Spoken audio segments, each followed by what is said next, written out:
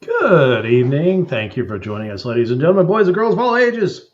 It is the Political Deep Dive. It's Sunday night at 10 p.m. Eastern. And joining me tonight, her face hurts. She's been out doing things. She's getting ready for a move to Colorado. She is AJ Campbell. How you doing, AJ? Hi. Other than Tennessee attacking my all of this, we're okay, but that's okay. Otherwise, we're good. Awesome. And fresh off of his victory in the Kentucky Derby, his face is a little long, his voice is a little hoarse. He is Mystic Dan. Dan Fishman. How you doing, Dan? I am doing well. I want to say that that run for the Roses was definitely the run of my life. But I did tell everybody on Facebook to make the bet. Yeah, I saw that after the race. I was like, oh. I hope that a lot of people did. I know friend of the show, Jim Babka, put a bet on Mystic Dan. What do you have? This is Han Solo on Han Hoth. Solo. He's by himself, so it's solo. I'll raise you Bob Ross. Oh, Bob Ross. I like it. I'll raise you a garlic cup from Domino's Pizza. Nice. So it was an exciting derby, though. People who didn't watch it, one of the most amazing things about sports now is that all the highlights of everything good are on YouTube. So if you didn't watch the Kentucky Derby, you should watch it because it was a great race. Great race, very close at the end. First time I've seen I've seen two horses in a photo finish, but three horses to be that close, just inches apart. Even telling who the difference between the second and third place was it was amazing. Even closer than the first and second place. It was quite an amazing race. A lot of fun to watch. If you're a people watcher, it's a great event because there's people wearing all these fancy outfits, hats, and fascinators. And then the horse racing. Now I know some people are not really keen on horse racing. It is, somewhat violent to the animals, but and it's Well, had, they've had a couple of years ago they had a really bad run where a lot of horses ended up dying in the process of races, and I think they cleaned it up a little bit. I haven't really, I will admit that I'm not a real hardcore race watcher, but I do enjoy, the Kentucky, or at least the Triple Crown races, to see if somebody can win it. well, and I would say too that if you're a Liberty person, you should go to a horse track Yes. because gambling, although gambling is heavily regulated by the government, you're actually gambling. And I've never been to Santa Anita. I'm sorry to hear that it's trash, because you're talking about Santa Anita in California. I've heard that's one of the great parks, but Interesting. Seabiscuit raced there. But I went to Charlestown, which is just down the road in West Virginia, Yep. and that was I actually went for the Kentucky Derby the last time there was a Triple Crown winner. I can't remember what his name was, but like 2017 or so, American 2018. Pharoah. American Pharoah. Went to the Kentucky Derby, so you can watch the big races throughout the country and bet at the track. Yep. And I did win money on American Pharoah that year, but I think Nice. everybody did. So Well, that's impressive, because American Pharoah was such a heavy favorite. yeah, It was it's a good thing. I went to go see him. I think I got the second place right too as well. I went to go see him run at the Travers, which is referred to as the graveyard of champions. Secretariat lost there. Seabiscuit lost there, and American Pharoah went there and lost as well. It's in Saratoga, though, which again is another one of the great tracks in America. And I would encourage everybody, get out, go to a horse race. The minimum bet on a race is $2. So you can go and bet on a horse. My wife likes to go based on what they look like in the walking. If they have cute socks, that's the horse she's going to bet on. And I saw that too. Larry Sharp's going to be. We can talk about that later. Yeah. I do want to, since we're going to talk about things, I have to tell the two quick jokes though. These are stolen from Jerry Seinfeld, but Seinfeld talking about horse racing. He's like, do you think the horses know that if they fall down and break a leg, they're going to get shot? Because I think if they did, they'd be like, hey, no rush here, right? Put a cast on it, man. Careful. And then the other thing about it is that, do the horses know that they're racing? I don't think they know that they're racing. I think they know that the jockey is in a hurry to get somewhere. And so they respond to that. But then, they run around the track and the horse is like, here, you wanted to go here? We were here just a minute ago. Why did we go the other way? Those are my so 29.4 seconds left in the game, and Dallas is leading 2-1 over Vegas. Game 7. Awesome. Winner goes on to meet Colorado in the second round. So yeah. What sport is this? Hockey. Oi, oi, oi. It's going to be interesting. It's a huge dilemma for my brother, who is the Stars are his West Coast team and have been for a long time. But he lives in Colorado, right? But he lives in Colorado, and he has adopted the Avalanche. He had season tickets to the Stars when they moved down there, and then now has tickets to the Avalanche. But it is what it is. I mean, I get it. Having lived in Atlanta and just outside of Washington D.C., I kind of adopted the Atlanta Thrashers as my 78 game a team season back when we played 4 games against the Thrashers, and then same with the Capitals, like 80 games a season. I'll root for the Capitals unless it impacts the Buffalo Sabres. Now, Buffalo is my team, and if Buffalo played Atlanta or then Atlanta, or it's over, Dallas won. Yay! I would if it came down to Buffalo versus Caps, anybody else, I'm rooting for Buffalo. Not that I have to worry about Buffalo being in the playoffs or anything. But no time soon. It's the one other thing that we should mention about it is that for people who are looking for an easy way to get into hockey, you can be tune in and watch the Stars opening song, because their theme song was written by Pantera. Yes, well, that's their goal awesome. song.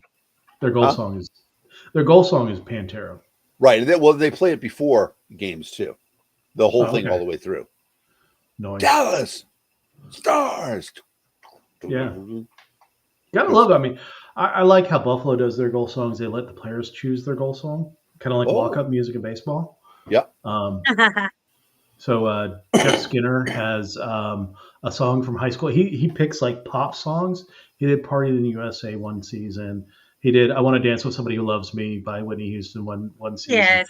And then he did like the big final number from High School Musical this season.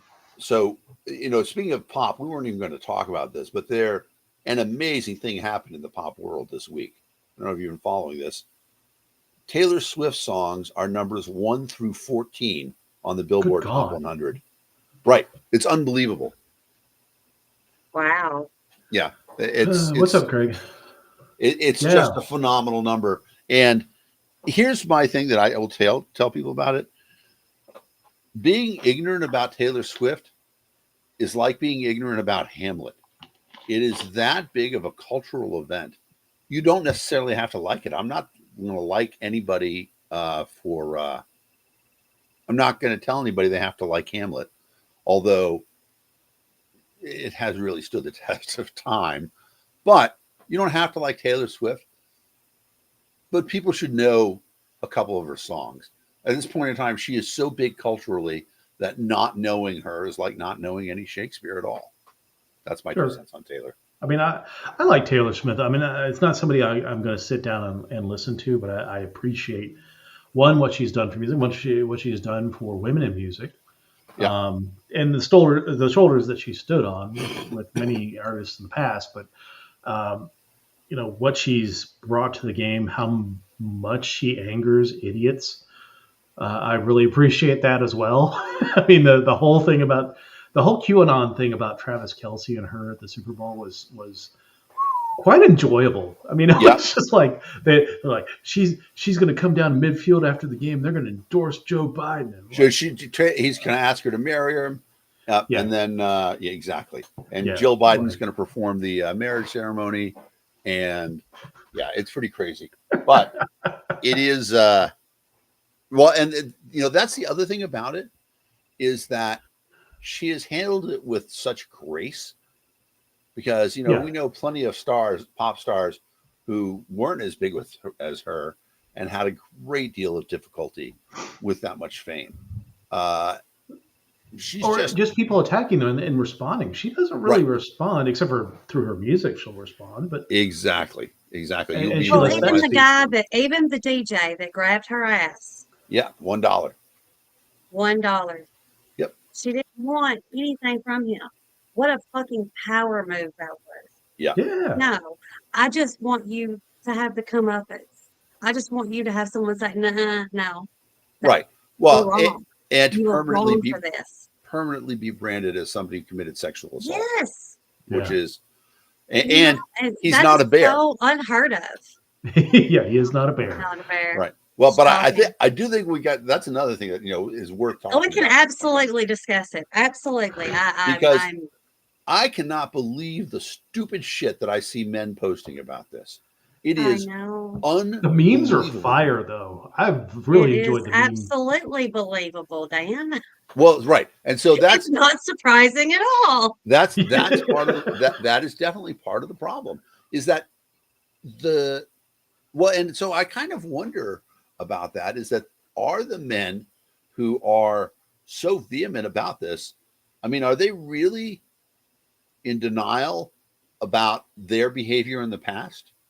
Because I will say that, and I don't want to speak for all men, but there is a point in time as a man when your hormones are raging and you may do something that is perceived like a girl gives you a sign, you're being creepy right now.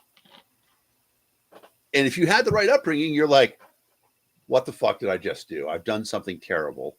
I need to stop doing that. Apologize and back off. Exactly.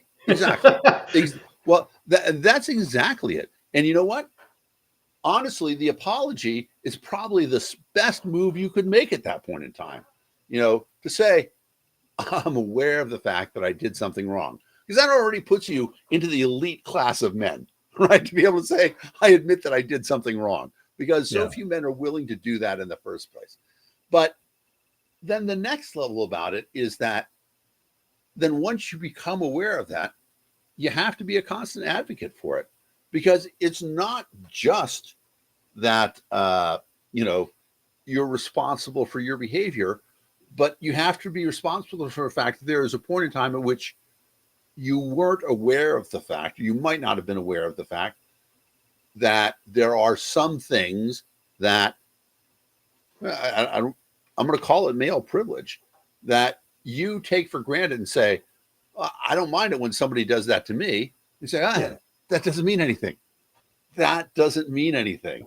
No. You don't get threatened when somebody else puts their hand on your back.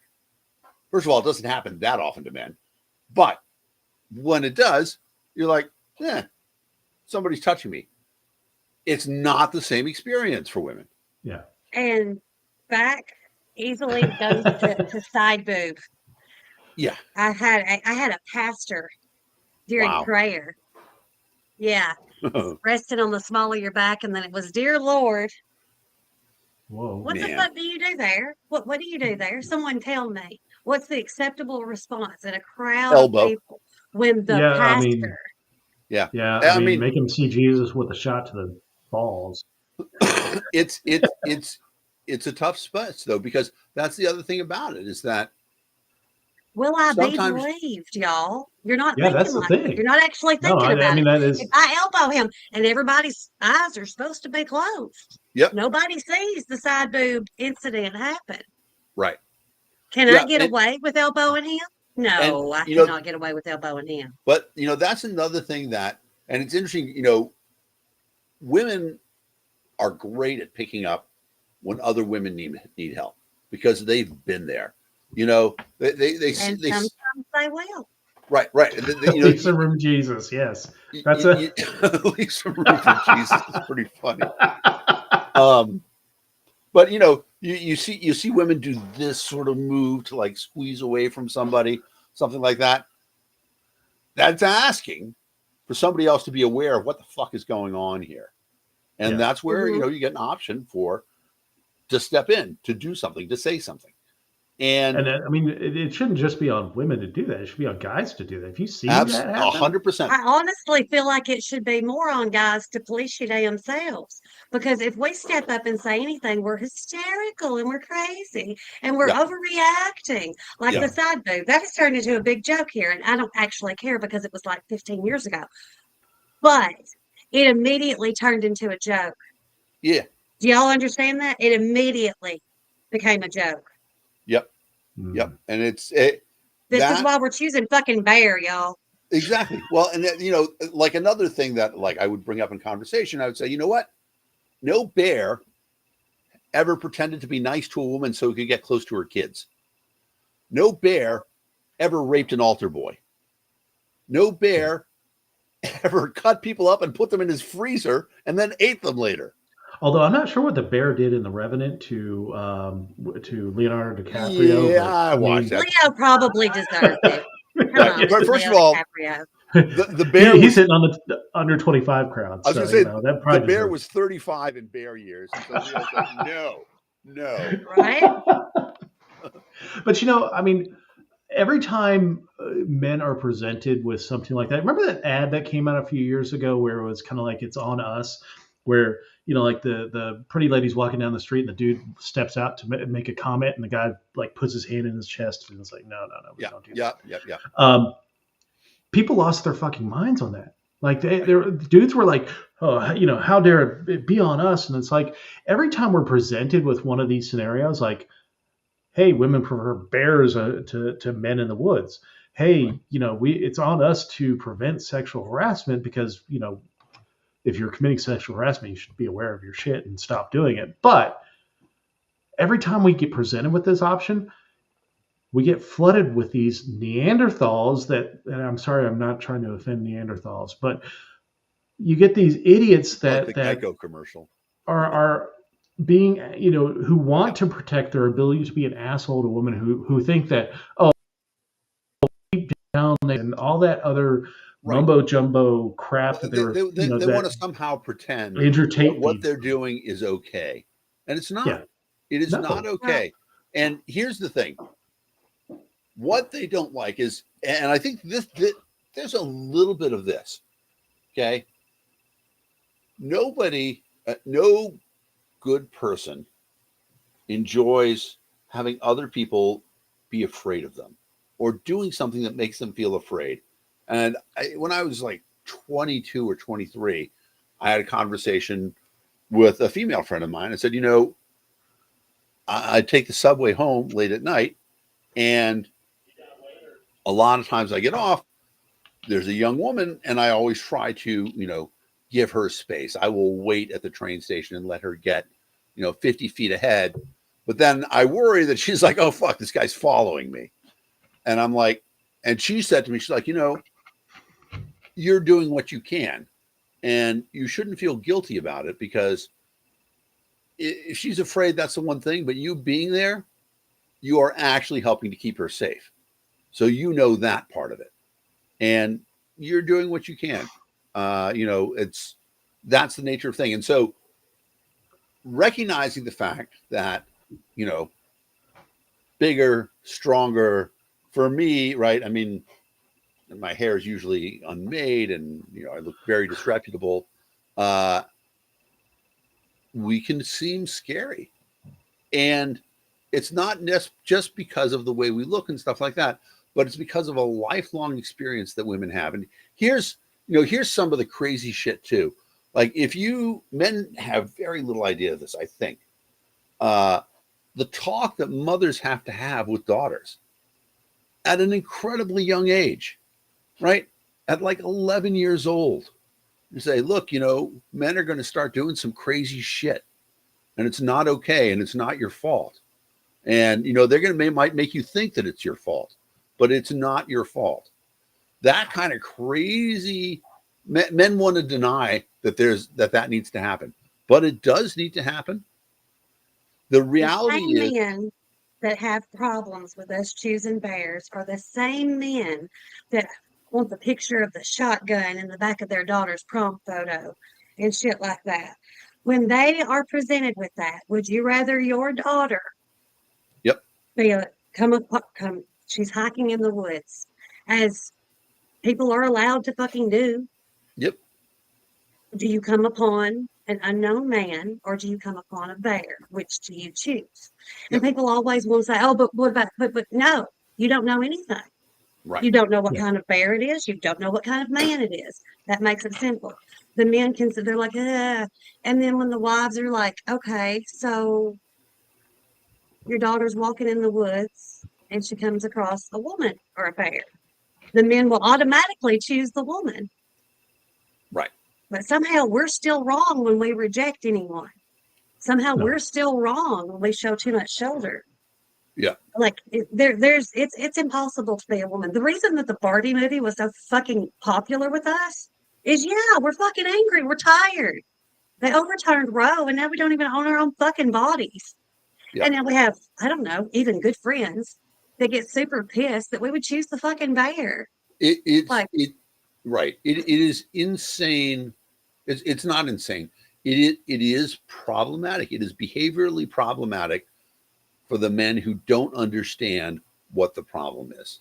Because if you want to not understand what the problem is, you are being deliberately ignorant of the things that are out there, because the evidence is overwhelming. And if you're not a man, if you're not a human who has seen creepy men, Aziz Ansari, I know he's a little bit out of favor right now, but he did a stand-up routine for a long time where he would start off in the audience and say, okay, a lot of women in the audience, a lot of beautiful women in the audience. He's like, women, be honest here. Raise your hand if you have seen a man looking at you while they were masturbating in public. And about half the women in the room raise their hand. And all the other guys, exactly. Men have no idea that this shit is going on. And to a certain extent, once you hear about it, then you're being willfully ignorant if you deny that that sort of thing is happening. Because the fact of the matter is that there are, I don't want to say that, I mean, we know most men are not creepy, but the creepy men who are out there so disproportionately represent themselves that it's astonishing. They get to be in like 10 places at once. And so the numbers are true, right? Somewhere between 1 in 4 and 1 in 6 women are sexually assaulted in their lives. 75% of the time that happens, it's somebody they know. Yep. And that's the problem with the man and the bear, is that the bear never pretends to be anything other than a bear. The man will immediately pretend to be nice. In fact, you should be more afraid of the overly friendly man, because the man who is actually considerate and conscious will think to himself, I don't want to scare her. I want to be clear. She's free to go. I'm going my way. Hi, bye, see ya. And that's the best thing you can do. Hey, how's it going? What are you doing out here? Stuff like that. That's when it starts to get creepy shit. And sorry, you can't be friends. This is the grown-up world. You don't make friends out in an alone place where it's not safe. And here's the other thing about it, right? Sadly, you compare the number of men who are willing to go hiking by themselves, very high. The number of women who are willing to go hiking by themselves, very low. Even though the men who go hiking by themselves acknowledge that there's this thing about being out there just by yourself. Sure. It's, I don't know. There's so many things that we won't do, that we want to do. Yep. Because there's too much risk. Because Oprah told us all. Yeah. We have to park under. We have to park under the light, and don't wear a ponytail because they can grab that. Yep. And if somebody tries to rape you, pee on yourself. These are things that we were taught. The conversation that it wasn't our fault, that didn't happen. Like in a much better world, that would have happened, Dan. Right. That didn't happen. What we were told was how to protect ourselves and what to do when it happened any damn way. Yeah. And with like Harvey Weinstein's conviction being overturned because too many women spoke against him, I'm not sure why. Okay. So if we can be convicted for having an abortion after we were raped, what's going to stop us from killing the motherfucker that rapes us? I'm just saying. Yeah. Yeah. No, I agree. I mean, people are really just not thinking this through, because I've seen many, many episodes of Snapped. And those women, I mean, I'm telling you, really have some creative ideas. And they put this on for the public to see, and girls already know how to get blood out of their clothes. Exactly. Well, women love the crime, the podcast, true crime podcast, the true crime shows. Yes. Yep. And if anyone can get away with it, it's going to be a group of us. I mean, has anyone seen fried green tomatoes? Come on. I have. We get away with it. I will just briefly argue that Fried Green Tomatoes is the second best female ensemble cast movie after Steel Magnolias, which I'm not going to argue with that. Yeah, having rewatched that, that movie is unbelievable. Yeah, just Sally Field. Oh, I mean, I've had a crush on Sally Field for a long time. Oh, girl saying that movie, she is amazing. That part where she's like, I mean, I'm giving away spoilers for the people. She's like, I'm just so angry. I want to hit somebody. I want to hit something. And then they grab Shirley MacLaine. Hit her. Hit her. Anyway. All right. So let's talk about another guy that has been not so much questionable interactions. Well, sort of questionable interactions with women, but one Elon Musk. Yep. Yeah. So we wanted to talk about Elon Musk because he's got outsized influence in our discourse, from pop culture to politics. He does have an outsized influence. So Elon, a South African-born guy that came to Canada. I think he was in his teens when he came to Canada, and then eventually moved to Palo Alto to get involved in the tech industry. Has had his hands in a number of well-known companies, including um, PayPal Tesla, and Starlink. Yeah. Starlink, Neuralink. So right now, let's see the companies that Elon has or have had. Well, Oh, that went away.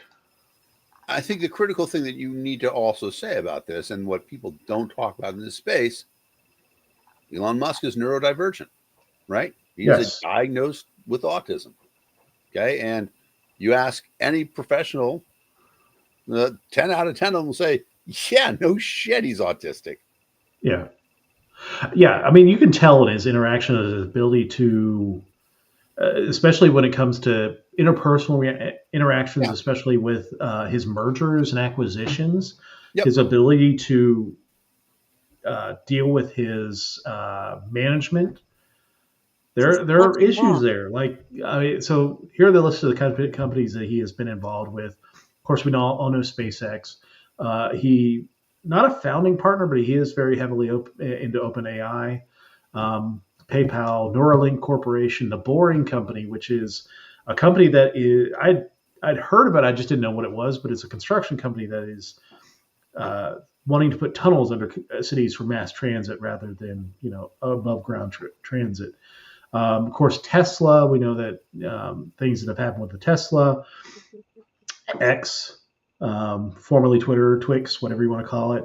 Zip2, which was his first big company that he sold and got a lot of money off of. Oh, the Boring Company. Well, I did say the Boring Company. Okay, sorry. Zip2, which eventually was sold to Google, I believe, for like $300 million. That's how he got his first big nest egg. Yep. Solar City, and then XAI, which is kind of a amalgamation between Twitter and OpenAI. So those are the companies that he's involved with.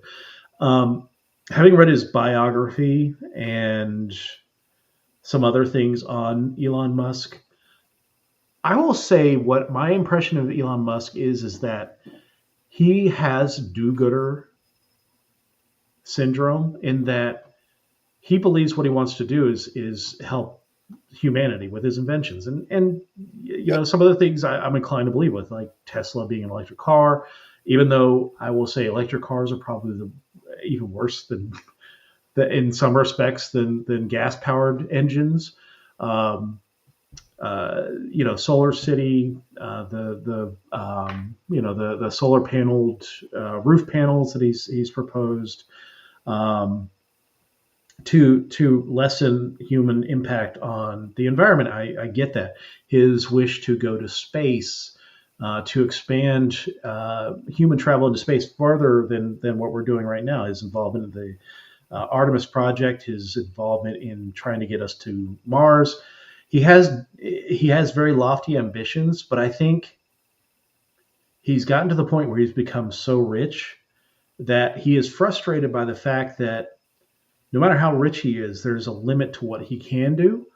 And now he's turning to the power of government and the power of kind of the bully pulpit that he has with X to kind of get into almost corporate despotism, or probably corporate dictatorship. I think he's comfortable with the idea of somebody like a Donald Trump becoming president and having more dictatorial powers, because I think as a rich person who has the abilities to influence public policy, he'll be able to use that to get more money towards his company.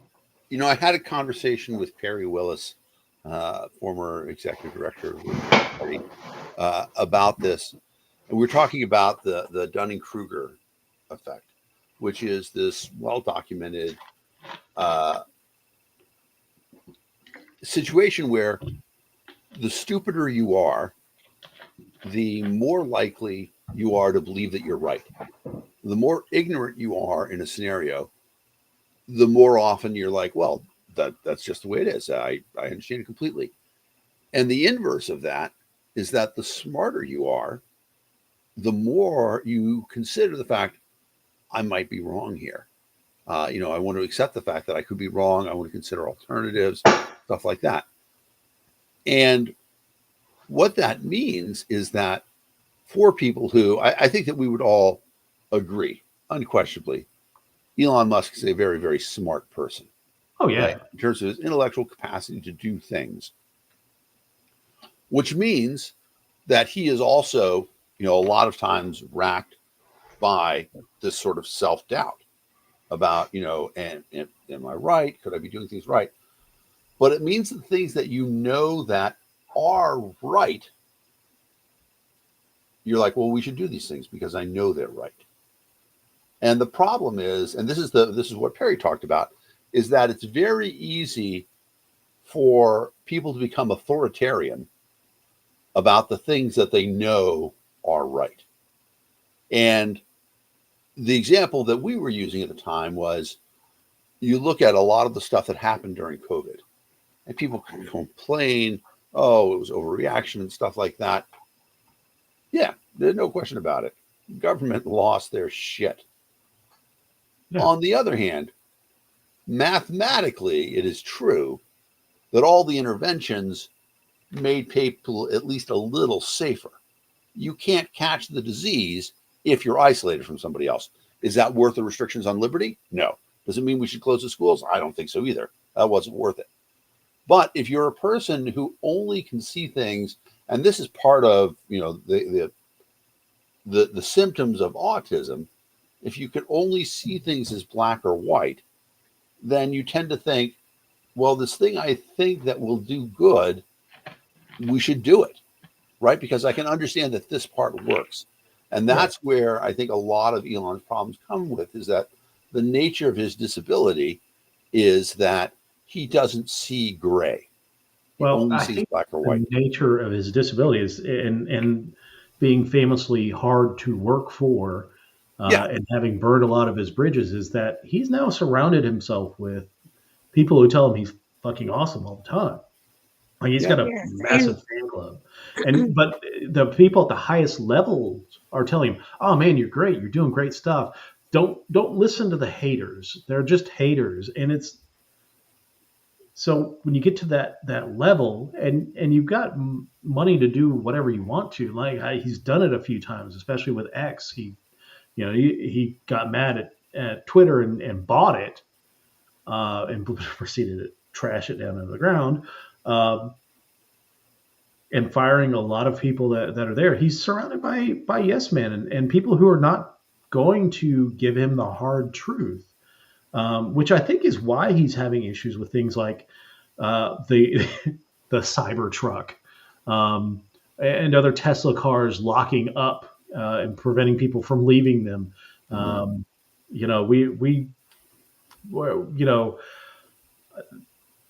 You need that person that is the naysayer, the one that says, hey, pump your brakes, let's talk about this and understand that this needs to be, we need to have further discussions on this and further review, because not everything he's doing is, while he wants it to be a benefit to mankind, it's not. The Teslas they're great. They're saving you some gas mileage, but the business of extracting the minerals and things to make the car battery, the proprietary stuff that he's done with the cars there, are not beneficial. They're not helping the environment. They're actually ruining the environment in some of these countries where they're extracting these things. They're driving countries like China to monopolize the market and pay off countries in Africa that have these resources there. I mean, he's doing things. He's doing things that, and I just want to say, sort of mathematically makes sense. Yeah. Right. They're the smartest business moves. They may not be they're definitely not the smartest humanitarian moves. No. And that's sort of where it comes from. Now, in Twitter, you could certainly make an argument that all the people that he fired, that talent went away. Twitter hasn't really seemed to suffer as a result of that, though. I mean, there are some interesting things. I mean, Twitter's always been kind of a cesspool of just awful, awful talk. Right. Now, you know, he talks about free speech absolutism. You know, that Yep. was one of his founding principles of buying Twitter and renaming it X, Yep. which was the name of his first corporation. I think he's really enamored in that X, the unknown. Um, but he's I've seen some just really baffling decisions out of his. Yeah, you know, people who take him on in Twitter or X tend to get the mighty banhammer. I've Yep. seen accounts with the N word in the name, and there, you know, people report the account for, you know, hate speech, and no, that's not. They're not engaging in any hate speech practice. Their name has the N word in it, like, and it's like, I hate N words, you know, like Right. it just doesn't make sense to me. Like, what, you know, free speech absolutism is, Yeah. you know, Nobody's a free speech absolutist, because free speech absolutists defends, the worst of all possible images that you could see. sure, It defends, hate speech, which, in general, most of us would say is not okay. or It inciting defends, speech. yeah, Yeah. it says that fighting words aren't fighting words anymore, which, for people who aren't familiar, the Supreme Court has ruled that there are words that if you say them to somebody else, they're allowed to hit you. Now, what those words are, might be something in the order of, I'm going to shoot you, or something like that. It's a threat of imminent violence, but those are fighting words. In that, and Musk does, again, I don't think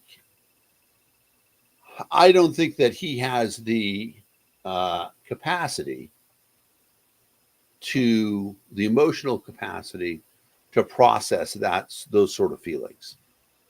He hasn't given any indication of having, any empathy at all, which again, Yeah. is sort of typical for Asperger/autism.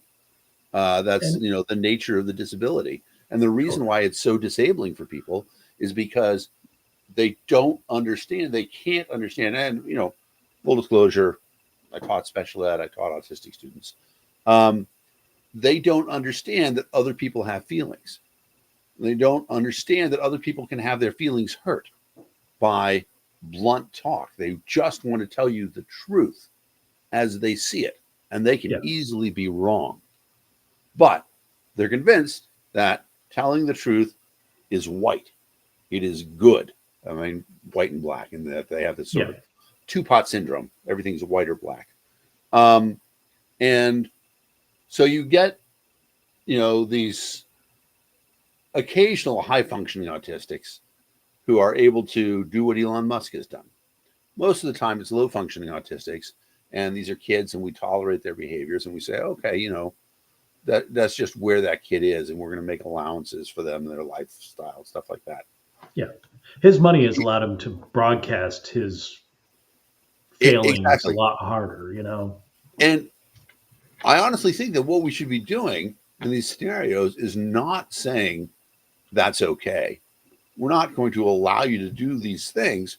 We're going to say, this is the nature of your disability. You need to understand that this is why people don't understand what you're doing, why what you're doing is not appropriate. Huh? What's that? I don't know that he cares. Oh, he doesn't care. He doesn't care. So I don't know that saying any of these things would do anything. He actually has to just be stopped. It's still, people have to start telling him no. Like, that's going to have to happen. Well, I mean, and I think that some people do, but $1 billion here and there buys you a lot of sycophants. Yeah. And so, yeah, I know. And it's honestly, I think with your organization, you are all about consent. And yes. I really, really respect that. I think asking for consent also implies permission to say no. And I think people need to start just saying no. Yeah. No, Yeah. I'm not Well, interested. No, you'll make me $10 million, but I'll have to put up with your ass. I don't think so. People well, need to start saying no. and you know, a great example of that, I'm not on Twitter anymore. Okay, I just left because the platform became senseless. I With went to pots. Threads.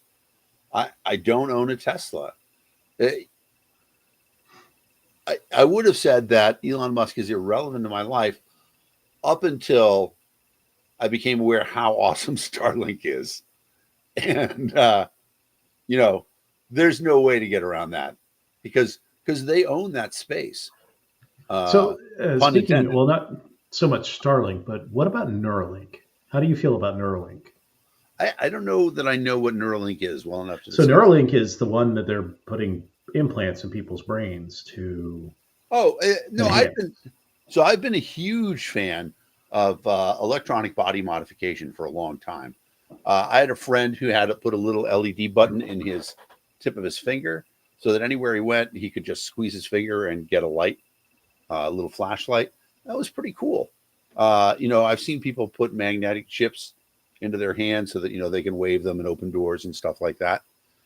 I think that's the way of the future. I actually, among my craziest patents, is one that involves replacing some of your molars, your wisdom teeth, with implants for a cell phone, so that you would have, you know, the capability to just have your phone in your head all the time, Oh and God, you I could would talk. not want that. No, I'm good. People don't have to do it, but Right, my there is. vibrator, my molars be vibrating all the time. I get all these notifications and shit. So. The well, as we've seen, you can do other things. You can have the wrist be the Sure. vibrator, and just the microphone and the other thing about it. I mean, we're learning now that the phone doesn't have to be a phone. If you could have just a microphone in your mouth, and then obviously, you know, the way sound gets transmitted through the bone into your ear, that's all you would need there, and it would work. There's the merging. Actually, there's a phrase for this. It's called the singularity. It's going to take me a while to remember this guy's name, but he's the founder of one of the founders of IBM, who is convinced that the singularity, the merging of man and machine, is coming. And he thinks it's like 30 years away, and he is 70 years old. But he's felt this way for a long time, and so he spent a lot of time and money into longevity. Ray Kurzweil is this guy's name. Also invented, for people who are musicians are familiar with his innovative work in synthesizers. And so that's coming. So Neuralink, he did not invent that idea. That's an old idea. No. I mean, they're any futuristic, well, I mean, really, a lot of the things we're seeing have been talked about in sci-fi for decades. Yeah, exactly. And I mean, like, you know, there's a great book putting called money into it. There's a great book called Fallen Angels that deals with exactly that thing. And essentially, you can get an internet implant. This was written in the 70s by Larry Niven and Jerry Pournelle. And the really interesting thing about it is that even then they talk about the fact that you want to differentiate between the have and have nots. The people who are going to have AI in their head are going to seem so much smarter than everybody else. It's, and then it becomes, I mean, that's the worry. You know, you talked about the guys with the chips in their hands and things like that. Yeah. There have been stories like some Swedish companies are thinking about making it mandatory for their employees to have chips in their hands so that when they go into the building, they right. log in that way. I know that there will be massive amounts of pushback for that. I know that, sure. You know, I don't know if I would, you know, presented with the opportunity to do that, I would do body modifications. I'm curious. Like I would look into it. Maybe, like, I think the purpose of Neuralink, that, you know, one of the stated purposes of Neuralink for Elon Musk is for basically everlasting light, downloading your whatever what it is that is you, whether the assumption that it's electrical onto a chip and it can live forever, that can be downloaded to a machine and then re-uploaded or whatever. I don't know. So, but that was one of his things, is basically everlasting life through electronics. I don't know that I want somebody monkeying around with my head.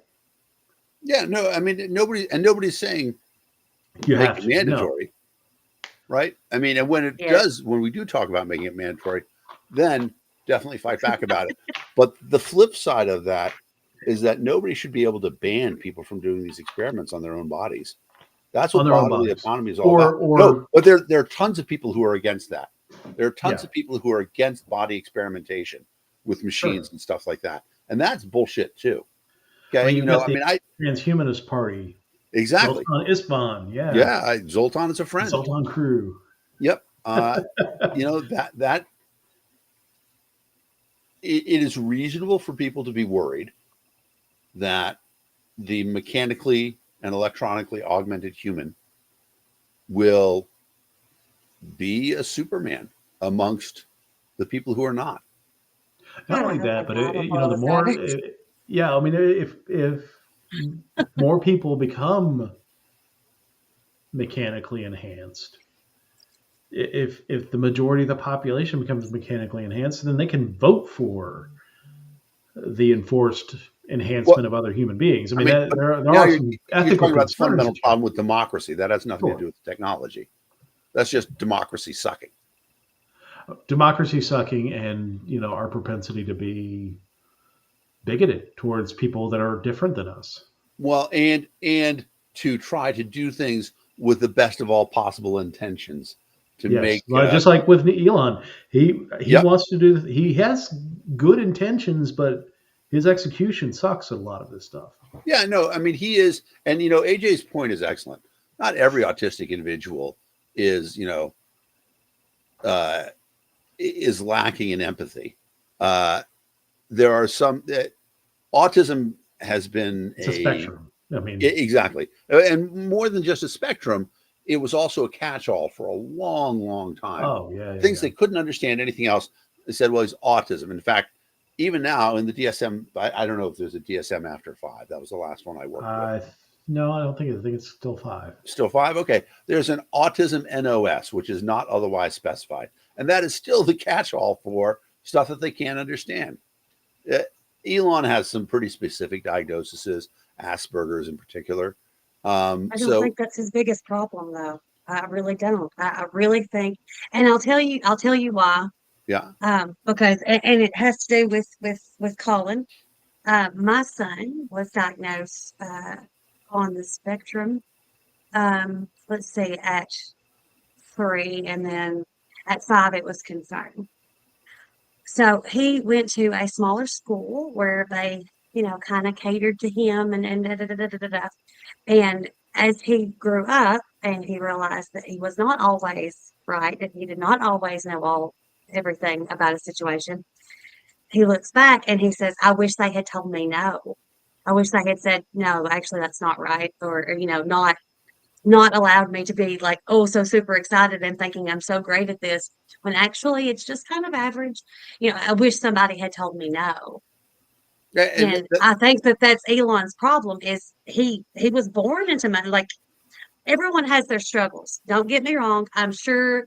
Yeah, his dad was pretty. In fact, his current struggle is he's struggling really bad to be one of the cool kids, because that's how it strikes me. Yeah. Is he's just trying really, really hard to hang out with the cool jocks after school. Sure. And nobody's accepting it. Nobody thinks he's cool. That crap with the media where he was like, yeah, fuck him. That was him trying to be a tough guy. Everything that he does is so, it's kind of manipulative, because he's trying to get what he wants. And the people that don't want what he wants, including the people that have carried his children, he's just done. I don't think that the man has good intentions. I don't. I really, really don't. I don't see where his good intentions are, because if his good intentions, then he would be like, it's okay if my name's not on it. Let's just make sure these people get fed. Sorry. I mean, I think he started with good intentions. I hate when y'all do that. You're like, yeah, but no, like, No. I don't think he's a good guy. I don't see it as black and white. There are Yeah. levels of gray here where somebody starts out with good intentions and they're told yes because they accumulate so much money, and then they're fed this, and then he's not perfect, and I will not argue that he's perfect by any stretch of the imagination, but I think he did start out with the idea that I want to help humanity by reducing our reliance on gasoline and increasing solar and expanding our vision beyond Earth and the moon, going to Mars. Those are even now fairly noble. Places that get Starlink for free, right? Ukraine was competitive in the war early because Elon Musk gave them Starlink for free. Wasn't there a thing a few months ago where he was threatening to take it away? Yeah. Because he was giving Russia's free. I understand. He was giving it to them for free. He was threatening to take it away as well. That's just power. Yeah. Good for Elon. Right. Sorry, but you're not going to convince me he's good. He's I'm not trying to convince you he's awful. Good. But he's just like every human on the planet. We all have levels of bullshit. Oh, he's got a lot more bullshit than the rest of us. Well, and it's because he's got so much money, it's able to amplify his bullshit to everyone. I'm well aware. I can amplify my bullshit to the people watching today. That's pretty much it. And the people I work with. That's where I amplify my bullshit to.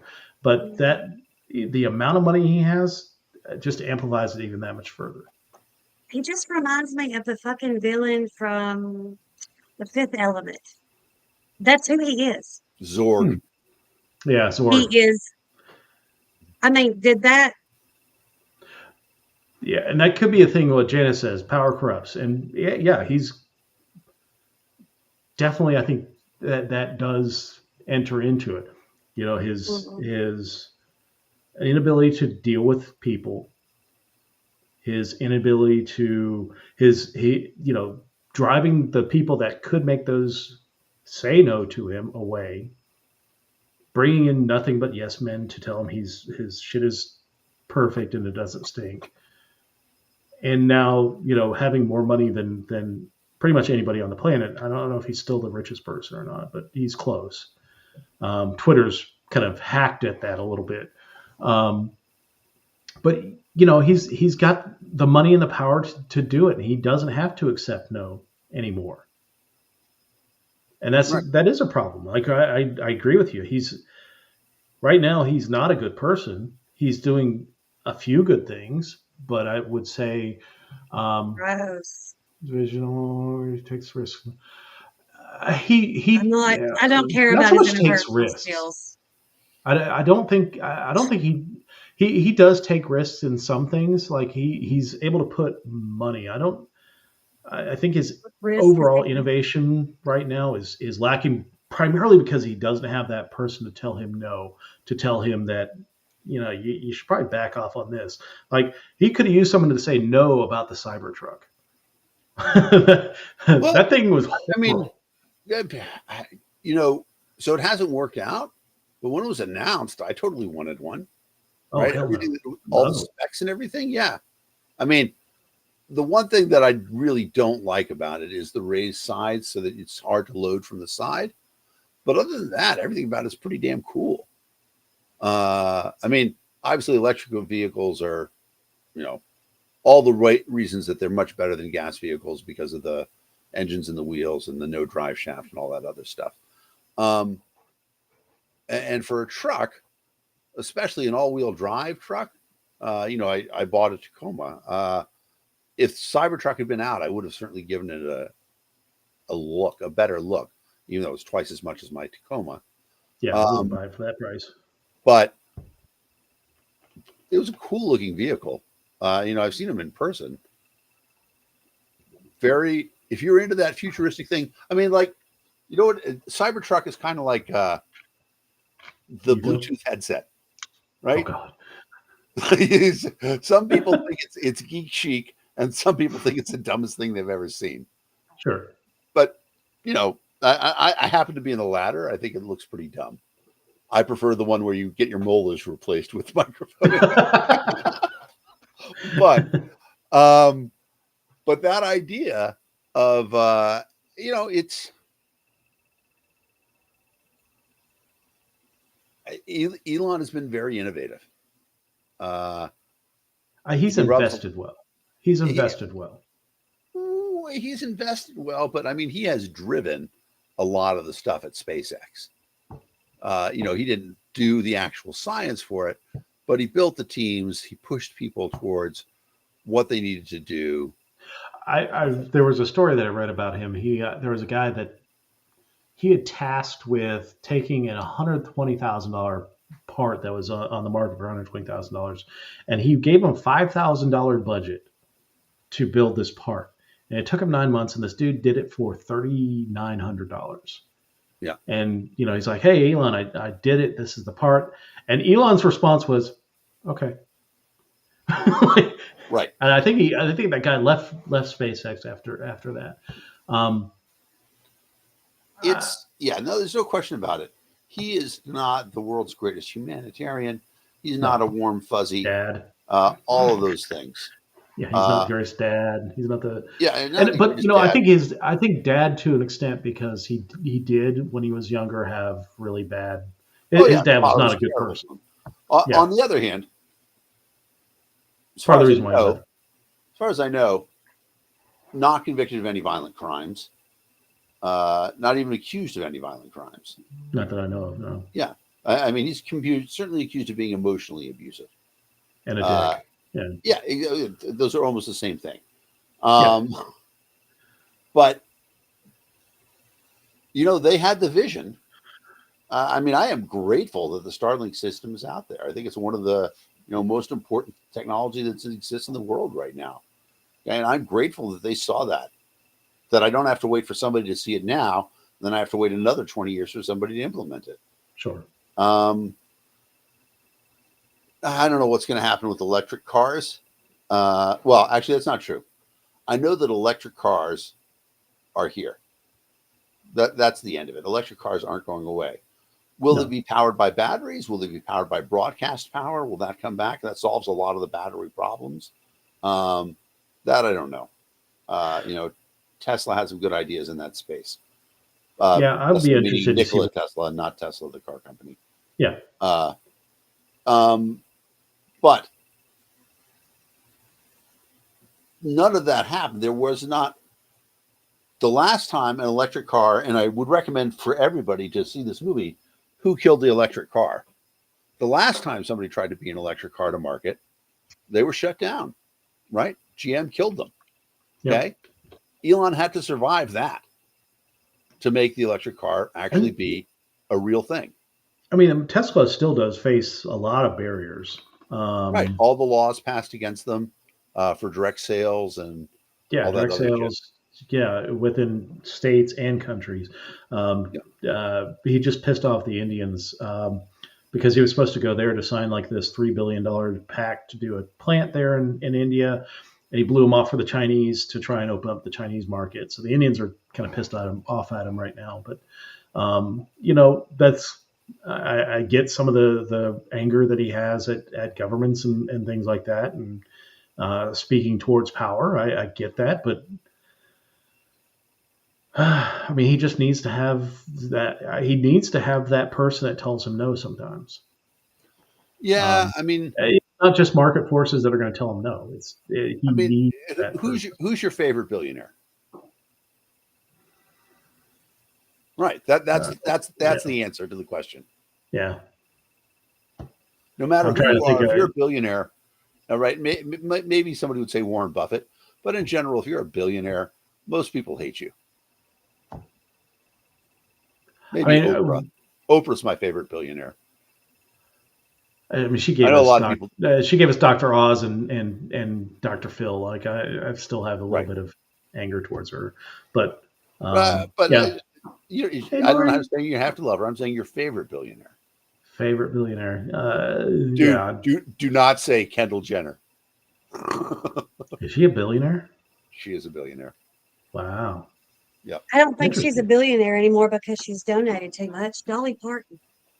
Well, Dolly Parton, that's a good one. I like Dolly. No, And that's then a good Jeff question. Bezos' ex-wife, Mackenzie Bezos. Yes. Yeah. Love Mackenzie her. Scott. Ms. Kenzie Scott. She is.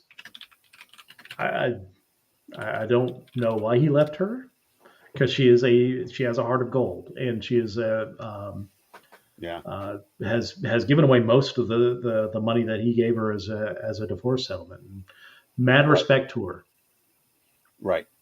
Yeah. No. Yeah. She's given away more money than anybody else in the history of money. Yeah, Which is pretty impressive. that's awesome. Yeah. Mackenzie Scott's awesome. But we had to think about it a little bit. Yeah. Exactly. If you think about it, I just called up Dolly Parton's net worth. Dolly Parton hasn't quite. There are very few entertainers who've been billionaires.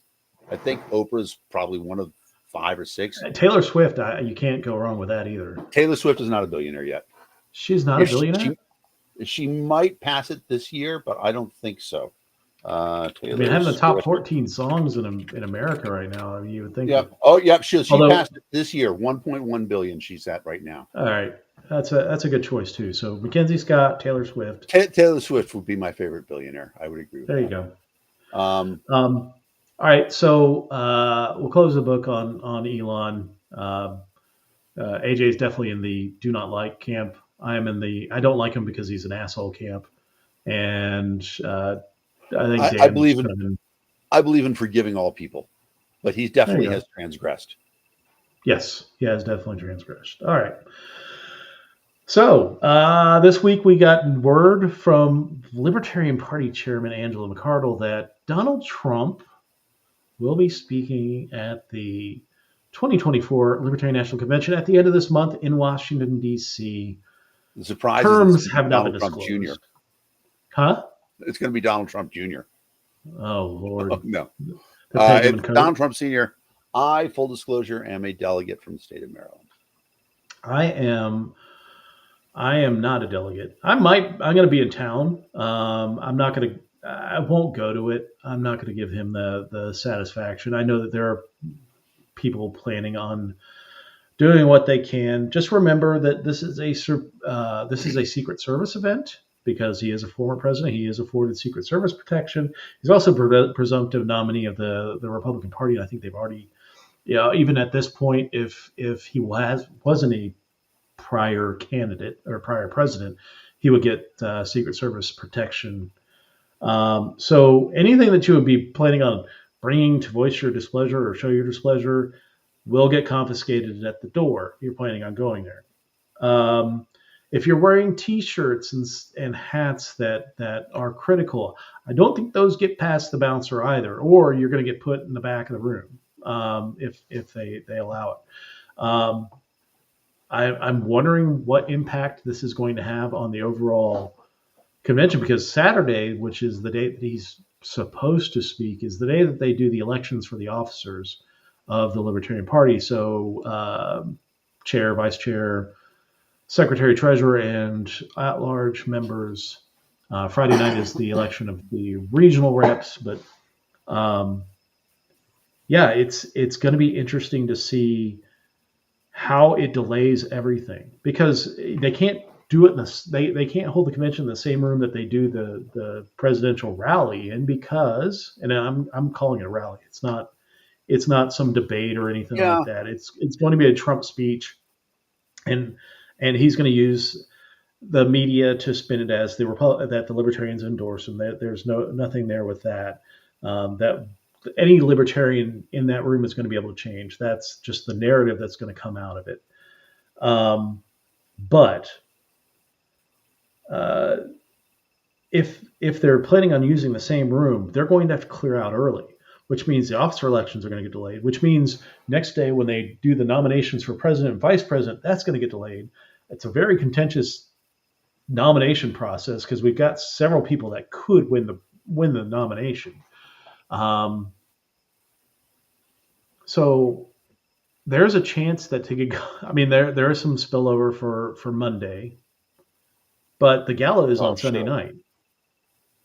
Yep, AJ. They could go into the gala and not have a president or a presidential candidate. Yes, AJ. Has the Libertarian Party ever had a candidate from another party come? Interesting. Okay, that's all I've got to say. Everything. Okay, so I know we talked about this earlier before the show.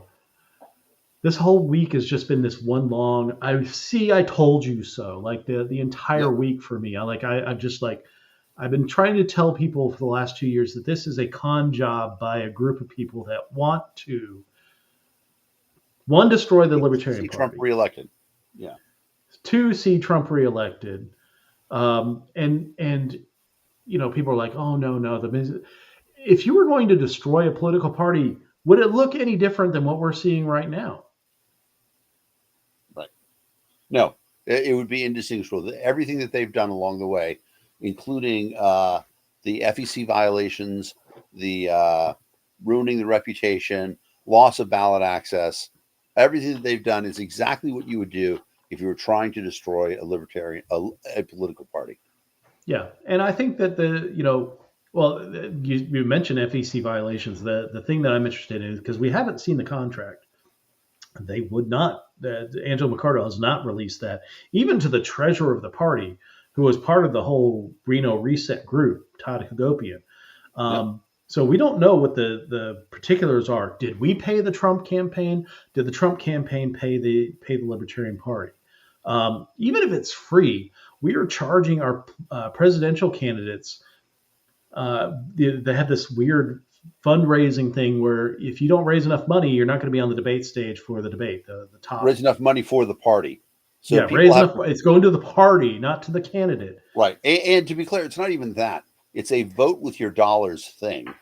Yes. So anybody who wants to can vote to put their candidate on the stage. There are 5 presidential candidates allowed on the stage.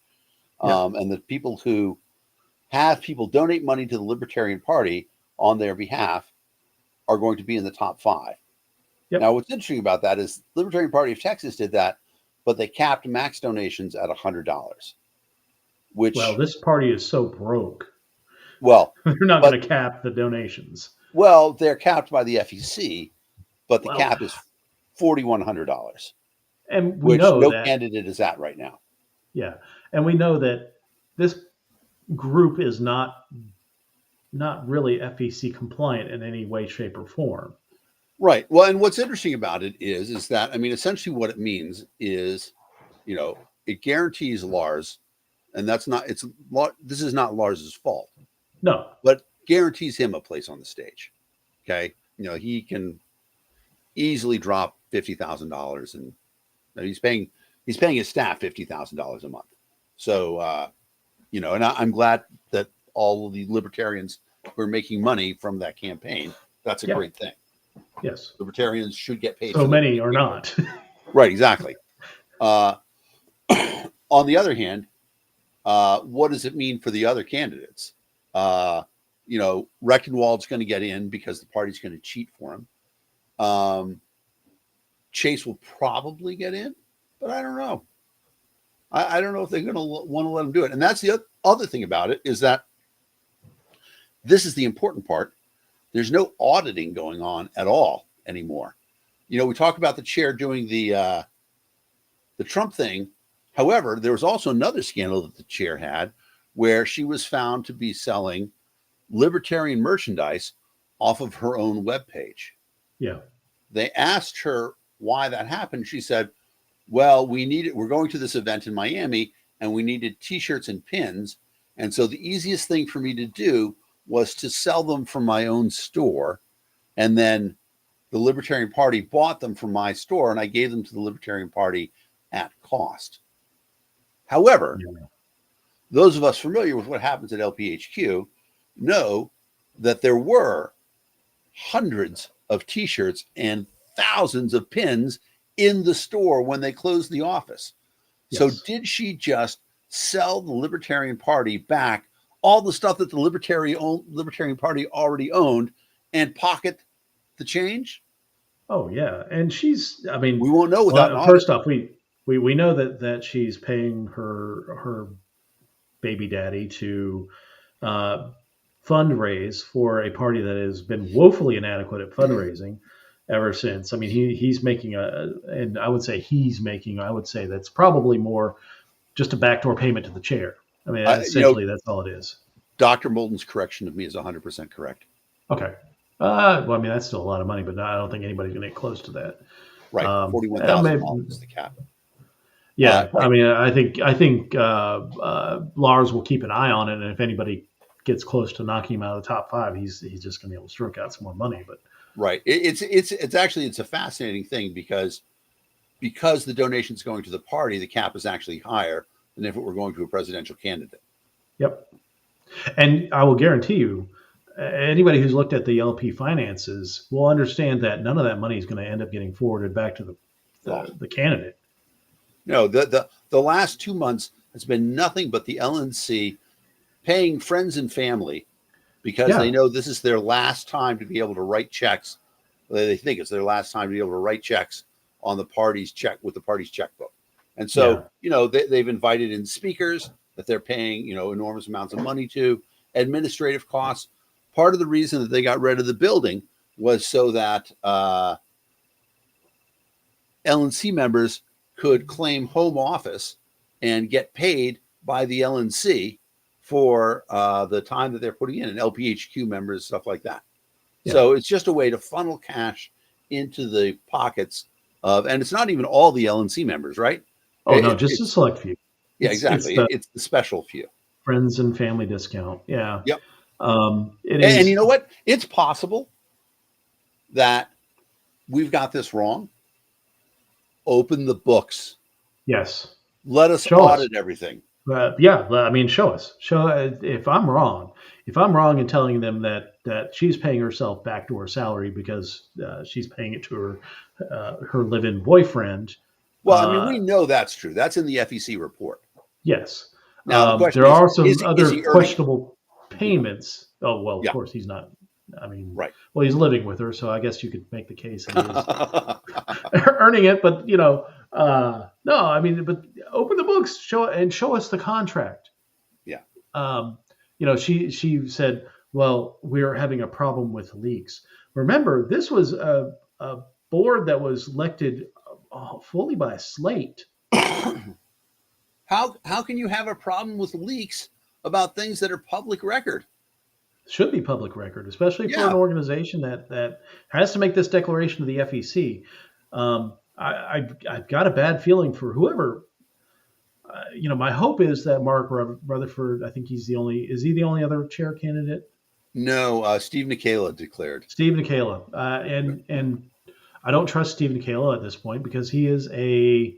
No, I wrote on his nomination. I'm like, Steve, I consider us friends, but you were part and parcel to all this shit that went down. You can't be. Yeah, you can't be silent for 23 months and think that 1 month of speaking out against Angela and the rest of the board makes up for the 23 months of silence and voting for things like paying the baby daddy. Right. I think the best way to put it is that there's no amount of holy water that he can gargle now that's going to get the exactly taste of dick out of the. Sorry.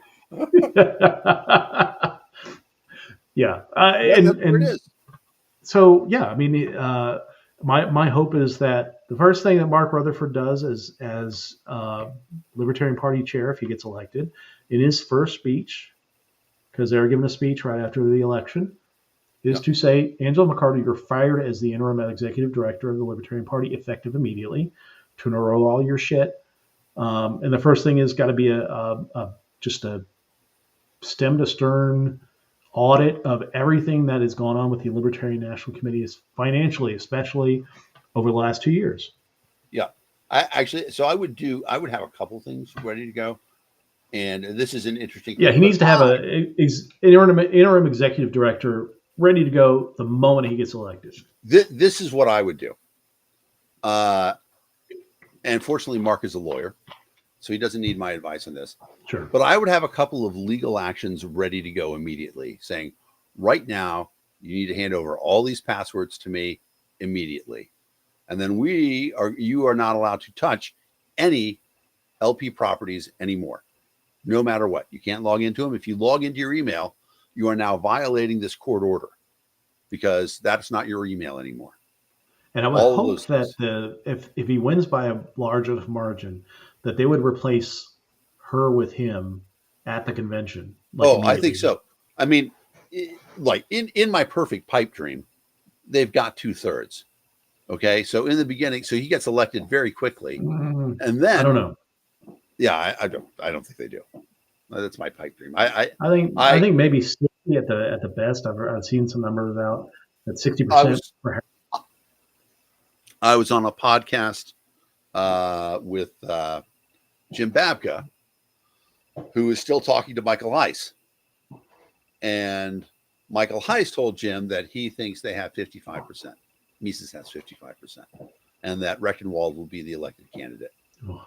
He was saying that to defend why Trump is coming. It's all bullshit, and you can believe everybody's disinformation. The one thing I know is that the forces of good. It's an interesting question, Chuck. I don't know that. I suspect that Mises will have a majority, but I don't know that. Yeah, I mean, if it is a continuation, or if they replace Angela with Stephen Akela, I'm telling everybody, just walk the hell away. There's nothing good that's going to come out of the next 2 years if they continue down this path. Right. Other than taking all the money that you're putting in the party, and eventually they're going to start coming for the states. Yeah. And funneling it to themselves and to their benefactors. Yeah. I will say that I think we'll have a feeling pretty quickly on Friday how things are going to go. And if it doesn't feel like the forces of good have it, I will be leaving. An alternate can step in for me. Yeah, come drink with me at the bar, gal. Are you going to be at the bar? I have an invite to a wedding Sunday in New York. Okay. And if things are going bad, I'm not sticking around for the presidential nomination. Because if Angela stays in as chair, we know that Rechenwald's got the presidential nomination. Yeah. And it's either Angela or Stephen Akela win this election, we know that. Yeah. We know that Mises has enough. Yeah. I don't think at that point, y'all can come join me at the bar. You can, maybe we can get some of that. We can order a couple of T-shirts for $80 and have those delivered to us for some recreation. It's not going to go well. Yeah. Fingers crossed. But I am very aware too. There are a lot of people who coming up to 2022 in Reno, who I knew how it was going to go. I'm I'm counting the noses, and there are people like, no, Dan, it's going to be really close. You need to come out, and so I did. And it's a couple $1,000s that was wasted on going out there to see, the saddest day of my professional life, and it just sucked. And these are the same people who are like, this time we've got them. I'm like, hey, motherfuckers, last time you said we had them, and they had 2/3. So it's very difficult, but I'm going to go on Friday, and we'll see what happens. Yeah. Trust but verify. All right. Your point is well taken, Chuck. Let's do that quiz. Yeah, let's do the quiz. That's funny, though. I don't know if you looked at it yet. They have Trump speaking at the convention on the quiz. No, I made that up. I was like, oh, God. All right. Let me hide the chatterino here. See Kamala Harris. Saw a nuclear power plant. I've been watching it as it rolled by. I see college campuses being stormed. I don't know which nuclear power plant that is, though. I don't know. That's a lot of towers. Yeah. All right. So it says protest crackdown, controversial law, volcano eruption. And what do you remember from the week that was? I don't remember a lot. Me neither. All right, question number 1. Which California university deployed a heavy police presence to campus this week following violent clashes between protesters? I know this one. Stanford, University of San Diego, UC Berkeley, or UCLA? It was UCLA. It was UCLA. Troubles a brewing at UCLA. It's an interesting space. Yeah, this one had counter protests too. It was like it wasn't just protesters on the Palestinian side. There was a Janice got the question as well. The ability to protest is an important thing, and it has to be protected.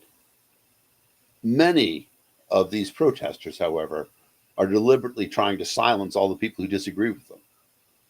And that's a very different space, and that's why the police are coming in. Did you see the story that apparently a actual shot was fired at the Columbia protest? Like by the police? I did see that 2/3 of the people arrested were not Columbia students. Yeah. Which is pretty crazy. Question it's not a controversial statement to say that we saw it during the Black Lives Matter. There are professional agitators that will join march protests to do things like create violence and create the narrative against the protest. Well, but 2/3, yeah, it's a little heavy. Pretty crazy. And then the other thing that people have been pointing out, who was it that got this amazing deal so that almost all the tents are the same? Yeah, that was weird. Yeah, I mean, we know now that it was Qatar. But oh, really? Yeah. Wow. Which state did Vice President Kamala Harris visit this week to campaign on the issue of reproductive rights?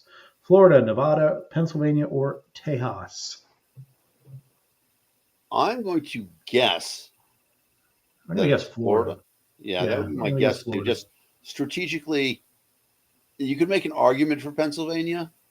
Nevada, who cares? And I don't think Texas is going to be close enough that it matters. But I think Florida could be close. I actually think Texas is going to be closer than people think. Texas could be close, but it just, every time that I've thought that, it hasn't happened. Janice also says Florida. Florida. AJ, you got a thought on this one? I feel like it was Florida, but I'm not positive. I didn't watch a lot of news this week, y'all. Correct. Harris traveled to Florida on Wednesday, just hours after a controversial 6-week abortion ban went into effect in the same state. She blamed former President Donald Trump for the Supreme Court's historic overturning of Roe v. Wade in 2022, and for a slew of abortion bans that several states have adopted since. Apparently, they did replace the one in Arizona, or at least the Senate voted it down. So yeah, it's going to be interesting. I suspect that there's going to be some 14th Amendment challenges around this. The idea of equal protection under the law, and I think that may bring things back up to the Supreme Court at some point in time. I'm not confident in the Supreme Court, though. I'm not confident in the Supreme Court. A 14th Amendment challenge is slightly different, though, than some of the others. I mean, sure, yeah, I get that.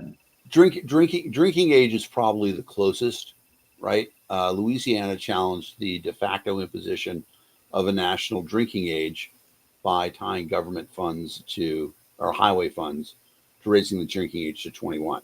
Yeah. Louisiana lost. So I don't know what will happen in that case, but I suspect that challenge is going to come up because I don't see a political environment in which we'll ever be able to get a national right to choose. I just can't envision a scenario in which that happens. At least not in the current political environment. I mean, it would have to be like a complete collapse of the GOP. But even if it were a collapse of the GOP, any law they passed would go to the Supreme Court because it'd be challenged.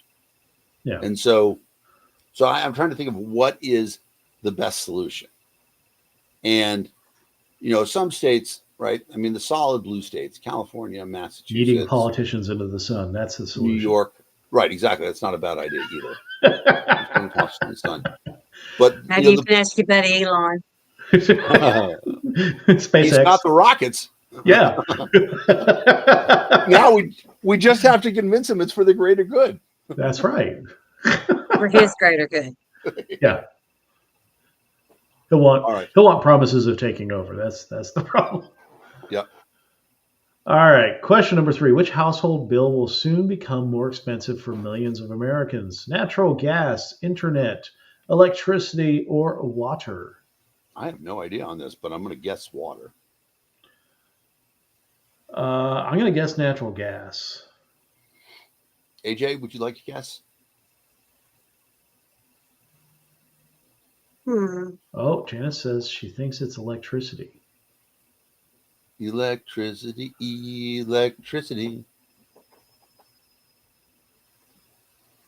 Yeah, let's go with electricity. All right. Let's do electricity. Oh, internet. Wow. Tens of millions of Americans could see skyrocketing internet bills this spring, or could abruptly kicked off of their service plans as funding for the Affordable Connectivity Program runs out. Program provides monthly discounts on internet services to low-income households. Can we reread the question here? That question is very misleading. I guess he does say for millions of Americans, not for all Americans. Okay, yeah. That's fair. Right. I mean, that I did know that is true. A lot of people get supplemental assistance for internet connectivity. We can barely get internet in West Virginia. So, All right. Question number 4. Which airport says it's not lost a single piece of baggage in 30 years? Singapore's Changi Airport, Japan's Kansai International Airport, Beijing Capital International Airport, or India's Indira Gandhi International Airport? If I had to guess, I would guess the company where you get the country where you can get caned for chewing gum on the street. Yes, I would assume it's there, because Lord knows what. Janice says it's Japan. I think it's Singapore. Yeah, I would guess it's Singapore, because if you get caned for tagging cars and chewing gum on the street, the price for losing a bag is probably death penalty. Right. The only thing that I would say about it is that, like, I could see this being communist propaganda, and so then I would think it was China. China would be my second guess. China, but I think Singapore is the best one. Oh, Janice had it. Nice job, Janice. Way to go, Janice. So Japan's Kansai International Airport says it has a spotless baggage record since opening in 1994. Airport averages 20 to 30 million passengers per year. That's impressive. Yeah. I wonder what that means. Right? Does it mean baggage checked into them, or does it mean baggage delivered to them? I mean, honestly, I would assume that it's baggage checked in and gets to at least the original, the next destination. I am going there in the next 2 years, and I'm going to steal somebody else's luggage. Oh, just to break the just to break the streak. Exactly. Slump buster. All right, question number 5. How much was former President Donald Trump fined Tuesday for violating his gag order in the New York hush money trial? I know this one too. $9 grand. $9 grand, 9 times. Yes, judge fined Trump $9,000 for multiple 9 violations, essentially, not $1,000 for each, including targeting witnesses and jurors on social media as his hush money trial plays out. Experts say that the former president could face more fines in the coming days, or possibly even 30 days in jail if the judge finds him in contempt. I would love that. I also. How would they even do that? How would they even do it? I mean, well, the contempt is pretty easy. It happens in the courthouse right there. The guys take him into custody, take him right into the jail. And do you think that would actually happen? Yeah, I think it would. I think that it's a small enough bailiwick that it's not like it would run through the police or anything like that. The judge orders it. His men, his people, put Trump in jail immediately. I don't think it. I don't think it's 30 days. I think they'll give him like a day. Yeah. And basically any statement about him buys him about the incarceration buys him another day. Exactly. Going forward. All right, question number 6. Which food was linked to a multi-state E. coli outbreak this week? Almonds, pistachios, pecans, or walnuts? This I don't know. I don't know I either. appreciate your correct pronunciation of pecan. Nothing irritates me Yeah, and my more. wife says pecan, so Pecan is what I get during a drug test. pecan is what gets left at truck stops. Yeah. If I had to guess, I say it would probably be almonds because multi-state. no almond joy there. Exactly. Well, let's see what Janice says. Janice, do you know? Oh, Janice she says says walnuts. I'm going to go walnuts. And it kind of looks like walnut, at least the darker beige packaging. color. And Janice lives in California where most of the nuts are grown, except for pecans. Yeah, nice job, Janice. Very nice. I don't eat walnuts too often, so I'm okay with that. All right, question number 7. Which awards show recently announced its 2024 nominees? The Academy Awards, Emmy Awards, Tony Awards, or Grammy Awards? All I know is that it's not the Academy Awards because that happened already. As we all know, Barbie got passed over, which is the most Barbie storyline ever. Exactly. I want to say Grammys. Okay. I think it could be Grammys. I don't know. I don't know. Anybody have any clue out in this Radio Land? This picture doesn't help us at all. No, it looks like somebody's kind of reading off the nominees. It could be the Tonys. There's not a whole lot. It could be the Tonys. Like I think about the fact, like, when are the Tonys? And the only reason I know when they are is like when Neil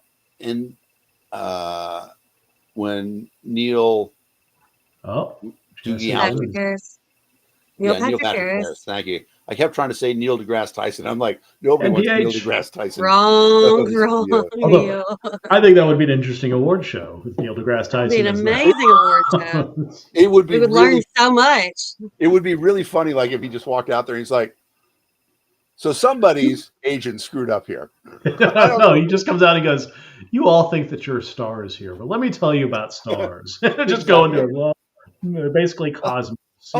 You could really write a good script around this. Yeah, we could write this. We could sell it to the Tonys or whoever.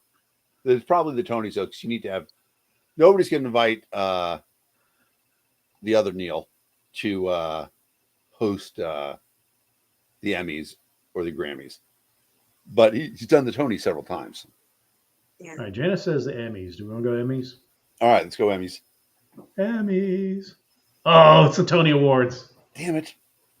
We've lost 3 so far. This is terrible. All right, question number 8. Which substances does the Biden administration plan to reschedule as a lower risk drug? We all know this one. Yeah, cannabis. Oh, fans of this one. Cannabis. It's still stupid. He could have put it to Schedule 0. Biden's just being a dick on this. Yeah, I mean he wants the headline for the kids.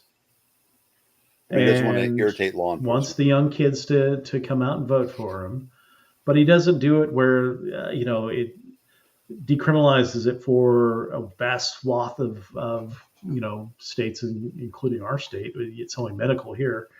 But there was a bill introduced. I don't trust bills introduced in the second half of a congressional term. These are all just peacock bills and say, hey, vote for us because we've got this great marijuana bill that declassifies it all or reclassifies it to nothing. So, but yeah, it's just naked political ploy. All right, question number 9. Which is the most climate polluting fossil fuel worldwide? coal, petroleum, propane, or kerosene? Kerosene. Sorry, I don't know. Yeah, it's tough. I'm going to go coal still. Mm-hmm. I would go coal as well, although I could see a case for kerosene. Yeah, it would be interesting. I have a friend who heats her house with kerosene. Yeah. I don't get that. I mean, I get that it's cheap and that you can buy it at the gas station if you live in a rural enough place. Yeah. But still. Not see much from the context. Oh, wait a minute. We had the that power plant up top. So that would be, I mean, I'm going to go coal then. Yeah, I agree, coal. There it is. Yeah, baby. Coal, the most climate polluting fossil fuel, has been highly controversial as international climate talks. This week, the world's most advanced economies agreed to shut down all their coal plants by 2035 at the latest, which that ain't going to fly in West Virginia. That is amazing. I didn't know that was true. I'm not sure that's going to fly in Colorado either. Yeah, I don't think it's, yeah, especially, or at least north of you in Wyoming. Wyoming is huge in coal. West Virginia as well. Yeah, that won't be popular here. But it's not like Biden could lose this state any harder at this point. So exactly, right, exactly. Or Wyoming. He's not going to lose Wyoming either. Question number 10: which country is being impacted by volcanic eruptions that have forced thousands to evacuate? Guatemala, Indonesia, Russia, or Chile? I haven't heard anything about it, so I'm going to guess Indonesia. Yeah, I haven't heard anything. I mean, the only volcano that I've heard that's been that disruptive was in Iceland. That's fairly close to the capital. I'll hold out for anybody in the audience who has any idea about this one because I do not. I have no idea. I'm sorry. I just did work and house stuff, and that's all I have done. It's been really good for my mental health, honestly, just ignoring everything that's going on in the world. I just want to call fake news on that friggin' CNN article. So it's the G7 who agreed to this coal ban. Well, I said the world's most advanced economy, so that would be the G7. In what world do you not count China then there? That's what I was actually wowing at. The idea that the Chinese would agree to get rid of coal. No, they want. I mean, crazy. That's the thing with a lot of the. I mean, I want some climate agreements. I want some progress on global warming and things like that. The problem is most of these ignore China, ignore India, who right now are two of the largest polluting countries in the world. And if you remove the United States' ability you hamstring the United States, all you're doing is playing into the Chinese and the Indians to continue to excel. So Janice says Indonesia. We'll go there. All right, 7 out of 10 this week. Not bad. Pulled it out. He easily could have gotten that one wrong and been 6 out of 10. Yeah. We got a C. We got a solid, a C. Not so solid, but it's a C. All right. Well, Indonesia. That's the Indonesia's a place I'd like to go to, Bali in particular. Oh no! I saw this thing with Bali. They had this massive spider swarm, and they're like spiders everywhere. Like it's kind of like Australia. There's an area in Australia where the spiders kind of do the Charlotte Web thing, and they throw their web in the air and they get carried by the wind. Yeah. And I saw like the entire island is just covered in it. No, just burn the island down. don't. Right. I don't care if a spider is beneficial. No, I don't want a spider. Did you see the Last of Us, the television show? No, I did not. No. Well, I do not like spiders. All right. There's a scene though in which a person says, "Bomb it all, destroy it all," and that makes me think. Well, it's kind of like aliens, where they're it's just like we dust off and nuke it from orbit. That's the only way to be sure. Only way to be sure. It's the only way to be sure. It's Reese. They listen to the woman at the beginning of the movie. Yep. Yeah. Incidentally, Weaver's a badass.